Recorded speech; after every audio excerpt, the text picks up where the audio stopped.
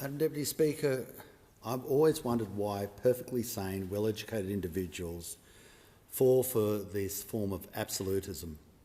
I believe that the attraction is primarily aesthetic, and that the experience is fun, because in a world of a sort of a quasi-conspiracy theory, it's very like the world of a game. And the rage and fear and conviction that conspiracy theorists display are aestheticised versions of the real things. This perennial focus on the weather, there's a peculiar tension between sort of philosophical monism and an alternate view. Tonight we've even heard of that quasi-religion, and it is a quasi-religion. They extol the virtue of believers. They talk about deniers. They have an absolute belief without any version of thermodynamics or atmospheric science. It is a form, an extension of a paranoia. We've heard tonight about disease, temperature, floods, fires, this great cacophony that the four horses of the apocalypse are somehow to be avoided by the passage of a piece of legislation through this House. It is also a fact there is nothing of this legislation that will affect the climate, nothing at all. It is a form of virtue signalling. It is a form of, at its best, being part of a global movement, but a global movement that the vast majority of the globe is not part of. What it will do is massive damage to our economy at a time where our nation should become as strong as possible, as quickly as possible. It will cost you money. Whether it's on a domestic front or on a global front, it is costing you money now. Your price of power is higher because of climate policy. Whether you think it's virtuous or not, it is. You are poorer because of climate policy. You pay more for fuel because of climate policy. Prior to the war in the Ukraine, there was a so-called wind drought in England, and the price of power that went through the roof multiple times at where it was, where hundreds of thousands of people were dropped off their power provider because they said we just can't do it anymore. This was the outcome of a wind drought. Then came the war in the Ukraine. So if you believe that fuel is too cheap, support this. If you believe the price of power is too cheap, support this.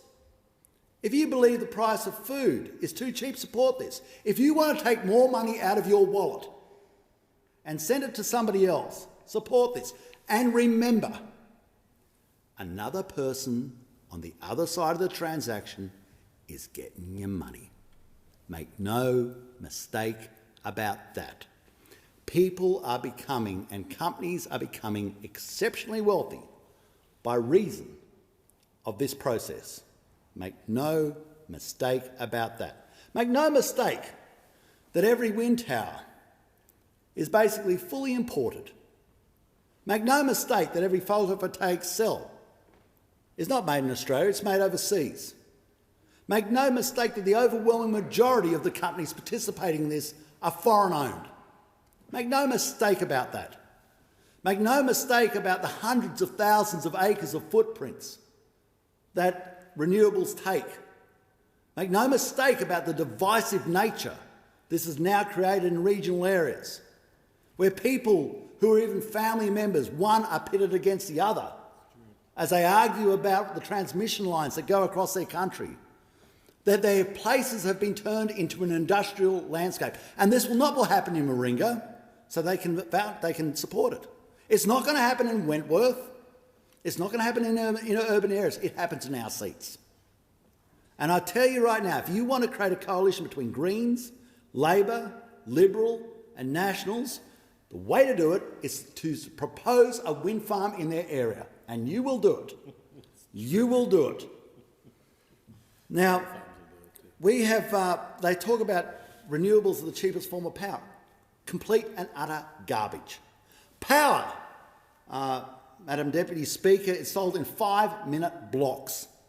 If we were to come into this chamber and said, I'm only prepared for the power to stay on for 5 minutes, that would be an absurdity. Say, oh, for 5 minutes, the wind's blowing, the power's on, very cheap, but after that it goes out and the lights go out.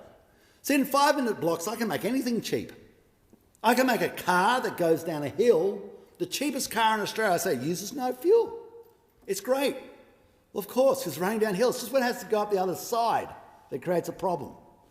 We should be selling power in 24-hour blocks.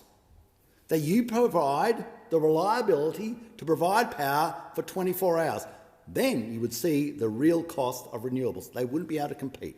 Not without substantial backup, substantial pump hydro, substantial batteries. And if every battery now in Europe was turned on to take the place of coal-fired power stations and nuclear, the power in Europe would stay on for less than 2 minutes.